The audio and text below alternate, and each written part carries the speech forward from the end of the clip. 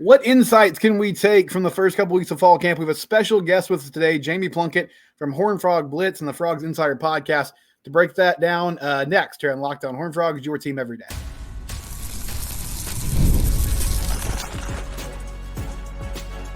You are Locked On Horned Frogs, your daily podcast on the TCU Horned Frogs. Part of the Locked On Podcast Network, your team every day. Locked On Horned Frogs, your team every day. I'm your host, Steven Simcox. Subscribe to the YouTube channel. We're also free and available wherever you get your podcasts. Next to me is Jamie Plunkett. You can find him on Twitter or X, whatever you want to call it, at Frog Preacher.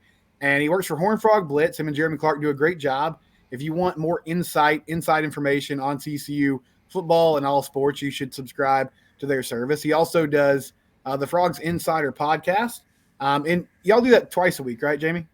During the football season, yeah, we record twice a week. Twice a week. So Jamie Plunkett, Melissa Trebwasser, who's also been doing TCU coverage for a long time. And, yeah, that drops on Tuesdays and Thursdays. Is that correct, Jamie? Yeah, we had a loose schedule. We're not nearly as rigid with our daily posting like you are. You're a grinder, man. I don't know how you do it every day. I don't really either, and sometimes it's not every day. But we're trying to do every day here in the month of August and as we get closer to football season. And so I wanted to bring Jamie on to talk about this team, where they're at. So a big storyline, obviously defense, huge change from Joe Gillespie now to Andy Avalos. What are some of the biggest things that you've seen, whether it's scheme, personnel-wise, that's kind of caught your eye about just how different this defense is going to look when they take the field against Stanford in a couple of weeks? You know, I think the biggest takeaway for me watching him install the defense in the spring and then now here in the fall trying to get guys up to speed is really beyond just the difference in scheme, where it's more of a four-man front. They're more aggressive. They're blitzing from a bunch of different areas. They're getting a lot more pressure on the quarterback, at least in camp, than they were this time last year. I think the biggest difference for me, though, is the drills they're doing in Indy, when they're just working in position groups, when they're not installing the defense, they're just working on technique and skill. We're seeing a ton of tackling drills, which is, if you think back to last year, one of the big deficiencies of that defense was tackling in open space. I think they missed 15 tackles in that first game against Colorado, and things never really got better in that area. They've been working on tackling drills all fall. They have tackling dummies out there every day. They spend a good 3 to 4 periods of their camp every day tackling. And we had a chance to talk to Avalos about a week ago, and he said, you can talk about scheme, you can talk about where you're sending blitzes from, what personnel you're going to have on the field, but at the end of the day, this is tackle football, and you have to be able to track where the ball is, go get that guy and get him to the ground. And I like that return to fundamentals. I like that return to simplicity in a way. That doesn't mean that this is going to be a simple defense by any means, but it's good that they're focusing on the basics, I think, to kind of get back to that standard of what TCU defense should be. Well, that's a good perspective, because I feel like we kind of get in our head like what we want the narrative to be. And so we've been talking about pressure for weeks and months, because that was a huge deficiency in last year's team. They didn't bring a lot of it. In the 3-down linemen they had, we're struggling to the quarterback. When you look at these different position groups, I mean, it feels like linebacker, they've got some dudes there. And I know corner was a place they felt really good about. I know they've had some injuries here recently, but what do you think the biggest strength of this defense is going to be this upcoming season? I'm really looking forward to seeing that front seven, however you want to put it. The defensive line has made a lot of really good strides. You've got Tymon Mitchell and Caleb Fox locking it down inside. Tulane transfer Devin Deal has kind of worked his way into the ones with one of those edge positions. Nana Osafo-Mensah, the Notre Dame transfers on the other edge there. But like you said, that linebacker room is incredibly deep when you've got Johnny Hodges and Nnamdi Obiezor, or you add Caleb Elarms-Orr to the mix there. You've still got Shad Banks in a role there as well. Terrence Cook is back from his knee injury that made him miss all of last year. It's a nice, deep linebacker room. The stud position is another one, too, that I think people should start to know more about. It's that hybrid defensive end linebacker. Cooper McDonald came in from San Diego State to play that role. Marcel Brooks has shifted into that role, and he's been a terror defensively this fall. It's been really fun to see him finally fully healthy and out there running around. So I'm excited to see what this front group can do. I'm excited to see the way that they create pressure from different angles, different spots to keep the offensive line and quarterback confused. And I think that that's going to benefit the secondary because part of the issue, like you said, the front three last year couldn't get any pressure. Right. We saw guys having to cover for 6, 7, 8 seconds, and that's just not feasible. So I think we're going to see the secondary have to cover for less time because the front of the defense is going to be generating more pressure. Before we flip to the offense, you brought up Marcel Brooks. I think this is offseason number 3 or 4 where we're like, okay, maybe this is the time where it could click for Marcel. I know some of that's been outside of his control just because of injuries and not being able to play on the field. But he's flipped. At one point, he was like going to be a wide receiver potentially. That experiment didn't really work. But you feel like this is a good place for him, maybe situational pass rusher, edge player, where he could use that athleticism to his advantage. I do. It's really it's simplified is probably not the right word, but it is a simplified position in a way where you know what your task is. You can be in the boundary and you know that you're going to pin your ears back and you're going to get after the quarterback. Or if you're in the field, you know, hey, I'm probably covering this running back or a tight end or something like that. I'm going to be in space a little bit more. But those roles are pretty defined in this position, and Avalos, I think, has done a really good job of installing this position. It's a talented group of guys. I mean, you've got McDonald, you've got Brooks, you've got Jonathan Bax, who flirted with the transfer portal but ended up coming back. I think he's a really talented kid as well. And so you've got a lot of options there that will be capable of working this hybrid position. So Josh Hoover, you got to speak with him at media days, and you also got a really good quote from Sonny Dykes where he basically was like, yeah, he's our guy. I mean, about as much as you would expect from a head coach to say he's going to be the dude this upcoming season. I know he missed spring practice. How's he looked in fall camp? Do you feel like he's kind of coming along as they've stacked up days here over the last few weeks? I think he is. And yeah, just to be clear, there is no quarterback competition here. He has taken every single first-team snap this fall. He did so in OTAs as well, which is a new period of time in June where coaches are allowed to get with players and do some install. I think that's really helped him because, like you mentioned, he did miss all of the spring. What I've really liked about Josh this fall, though, is that he's starting to mature in the pocket a little bit. And what I mean by that is, at times last year in the second half of the season when he was thrust into that starting role, you'd see him maybe rush a little bit and make the wrong decision. He'd force a throw that he didn't have to force. He'd run it when he didn't have to run. And that hurts an offense when a quarterback is doing that too frequently. What I've seen from him this fall is a much more measured and efficient quarterback. That doesn't necessarily mean there are explosive plays all over the field, but he's making the right decision, I would say 9 out of 10 times. Occasionally, he will kind of fall back into his gunslinger mode. I'm okay with that personally. I like a quarterback that takes a little bit of risk, but he is making the right decisions. Like today, for instance, we're recording this on a Thursday. This morning, the first play in team tempo, running back in motion. He has what I believe is an RPO option there. So can I hand it to Dominic Johnson? I can, but I see that Savion beats his man off the line. Simple seam route, hits him for a touchdown. Everybody's going crazy. Right. So he's the game is slowing down for him a little bit. He's making the right reads. He's making the right decisions. And I think that that's going to benefit TCU this season. The guys in front of him that have to protect him, we'll ask Jamie about that group next, the O-line. Are they going to be ready for this upcoming season? That's coming up here on Locked On Horned Frogs, your team every day. I want to quickly talk to you about FanDuel. I know you love sports. If you're listening to this podcast, of course you do. This is a perfect time to join FanDuel. Go to the FanDuel app or FanDuel.com/LockedOn. They're giving boost and bonuses to their customers on a daily basis. Again, that's boost and bonuses on a daily basis to their customers. FanDuel.com or the FanDuel app. They are the official betting partner of Major League Baseball. If you can stomach watching the Rangers right now, you can bet on them. Astros, they seem like they're hitting their stride, unfortunately. You can bet on them as well. Major League Baseball games every day of the week. College football, the NFL, not too far away. FanDuel, proud sponsor of the Locked On Network.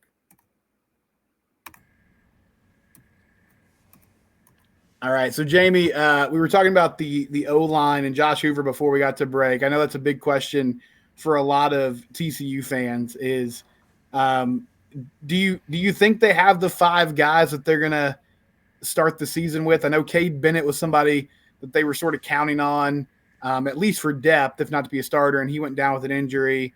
They've got James Brockermeyer and Colton Deary kind of battling it out at that center position. Do you feel like they sort of solidified at least the starters for the upcoming season, and how do you think they can project as a unit this year? Yeah, I think they've started to figure that out this week. Cade Bennett was kind of penciled in as that starting left guard.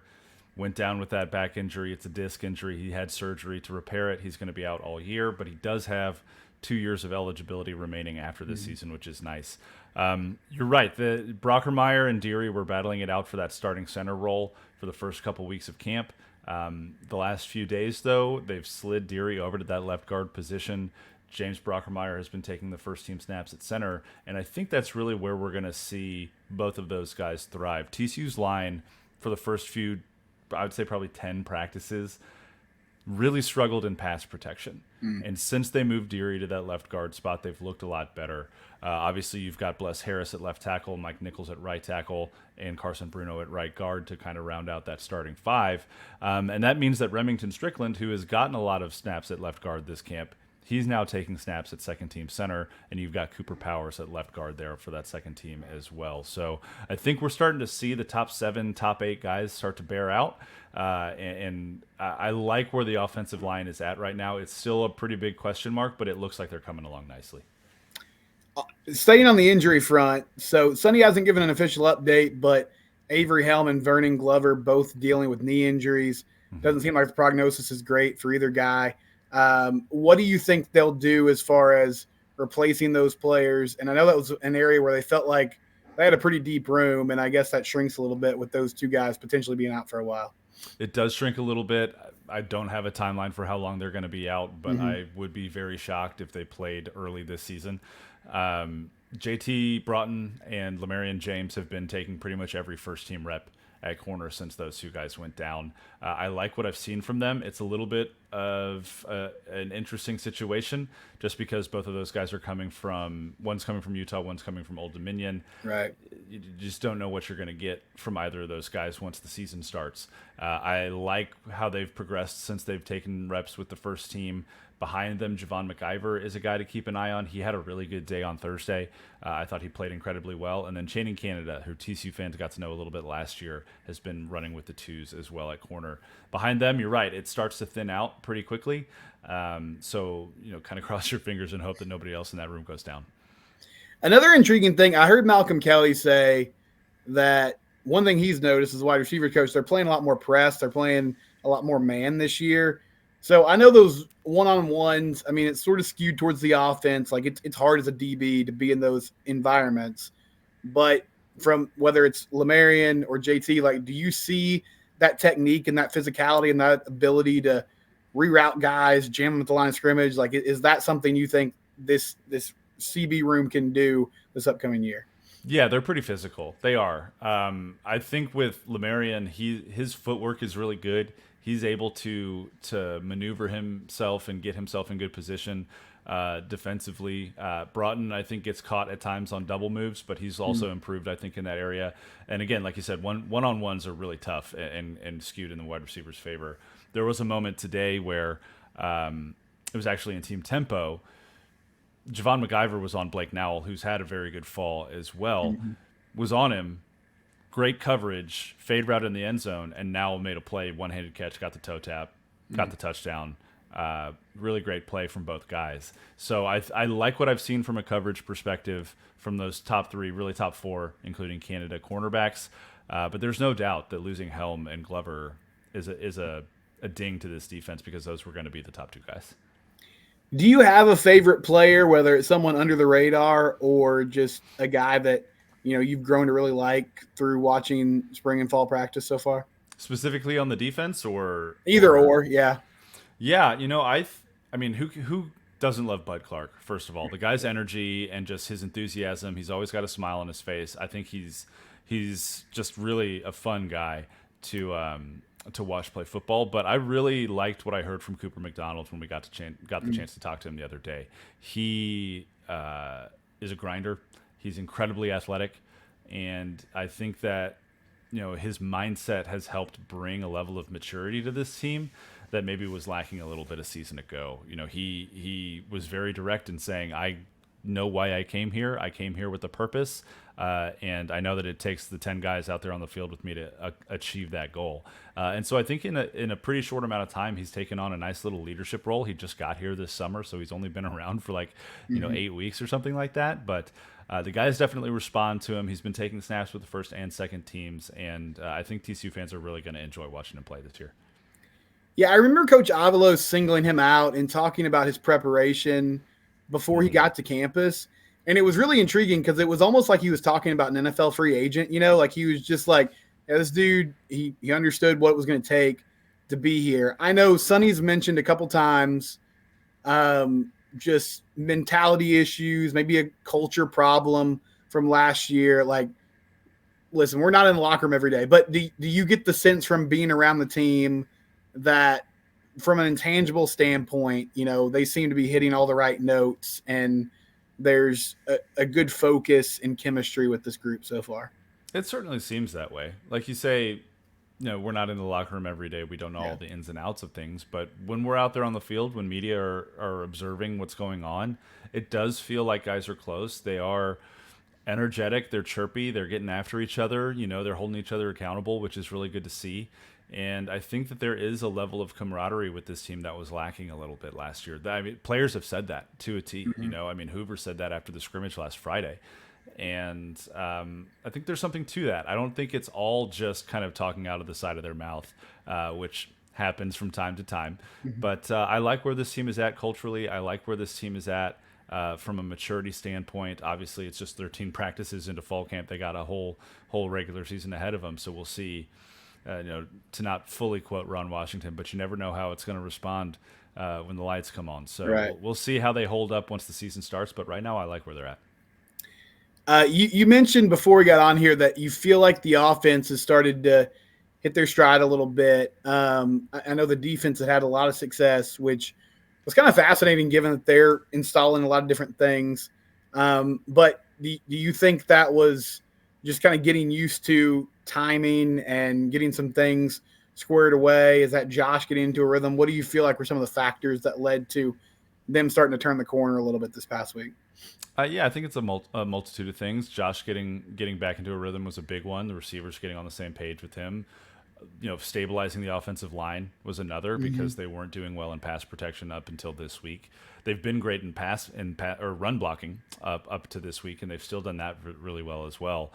So I think seeing it all come together, getting a better grasp on the playbook for some of those receivers that haven't been in the room for very long, and then Josh getting back into a rhythm has been really helpful. But I'll say this, Ken Seals looked great today. Haas Haney looked great today. I think Haas Haney had probably his best day throwing the football of fall camp, and so it's nice to see that it's not just the ones, but some of the depth is really coming along as well, and I think that's going to be great for the Frogs. We'll come back and we'll ask Jamie about this running back room a little bit, and then we'll get some just some overall thoughts about the season to wrap things up here on Locked On Horned Frogs.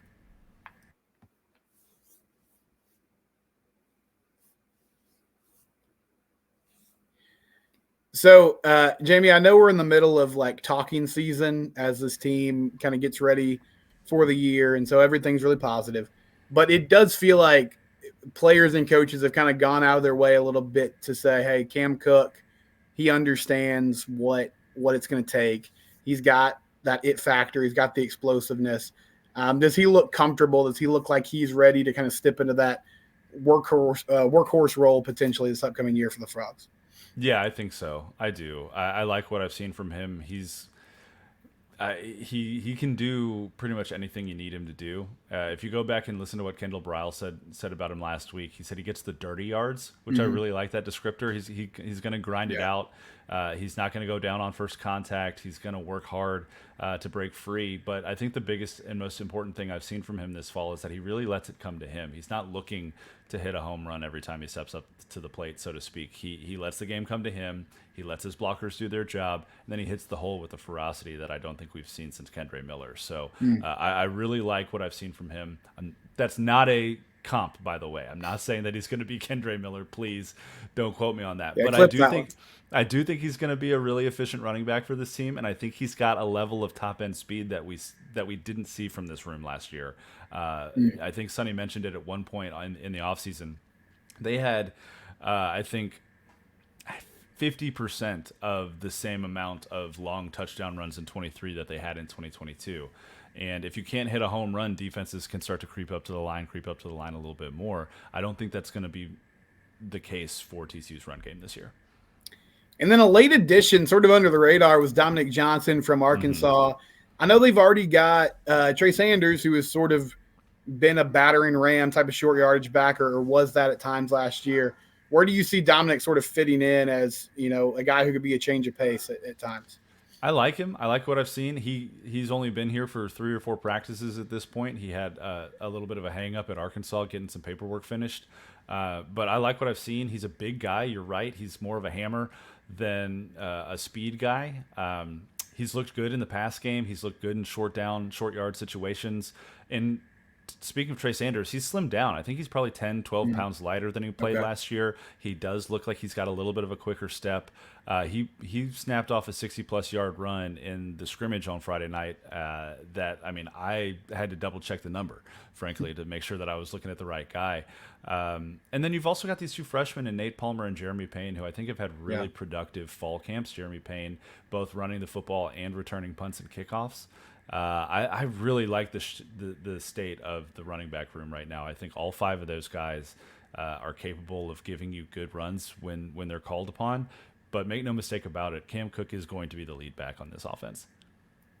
A couple more things. Special teams. I know they've reworked the staff a little bit, but they've also brought in some guys who can just potentially do the job really well, and Kyle Limmerman from South Lake Carroll and Ethan Craw from Australia. I know you've seen those guys booming kicks in practice. Does it look like, that could be a group where maybe there's a difference in a positive way for TCU, potentially stealing some points or doing some things in the kicking game this year?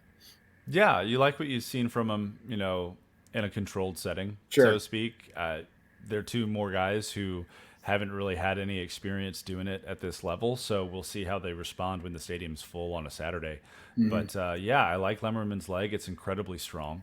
He kicks field goal attempts over the fence of the practice fields with regularity, and that's always fun for the staff to have to go and run those balls down. And then I like Craw. I've seen a lot of variety from his punts. He can absolutely boom it if he needs to, but he's also really capable of doing some of the more rugby style punts and the more placement style punts, depending on the situation. So I think they're both incredibly talented guys, and we'll see how that bears out come Saturdays. Do you think we will see, whether it's like a special package or select plays, do you feel like Haas Haney is going to be involved in this offense somehow, whether that's at quarterback or somewhere else, just using his athleticism to try to dial up some plays this upcoming year? It's possible. I've seen them working on a few things that I don't think they'd run with Seals or with Hoover. But at the same time, we saw them running that with Sam Jackson for a couple of years as well, and we never really saw that bear out on the field. So there's no shot that he doesn't redshirt. I'll say that. They're going to preserve his year of eligibility. So we might see him early in the season trying a few things here and there just to put it on tape so people have to think about it and game plan for it. But I think Haas is really a guy who is the quarterback of the future, and this is Hoover's team. So I think they're going to try and establish that. He hasn't taken a snap outside of the 3rd team also, so that's something to consider. Jamie Plunkett at Frog Preacher on Twitter. Jamie, tell the people the best way to find your work, whether it's the podcast or your writing on Horned Frog Blitz, as we get ready for football season. Yeah, you said it. Frog Preacher is where I post all my stuff. HornedFrogBlitz.com. I think we're still running a special. Don't yell at me if I'm wrong about that, but you can go see all of my work, all of Jeremy Clark's work over there. And then, the Frogs Insider podcast, wherever you get your podcasts, wherever you, we're on YouTube as well. Part of the Dave Campbell's Texas Football Network. Really pleased to be a part of that group of folks. So, that's what we're doing this fall. We'll be posting every day and podcasting a couple times a week. It'll be great. Jamie also does a really good job with hoops and baseball as well. So if that's your bag, you can follow his work on Horned Frog Blitz in that regard. Also, thank you for joining the show. For Locked On Horned Frog fans, we'll be back on Monday. It's your team. We do it here every day.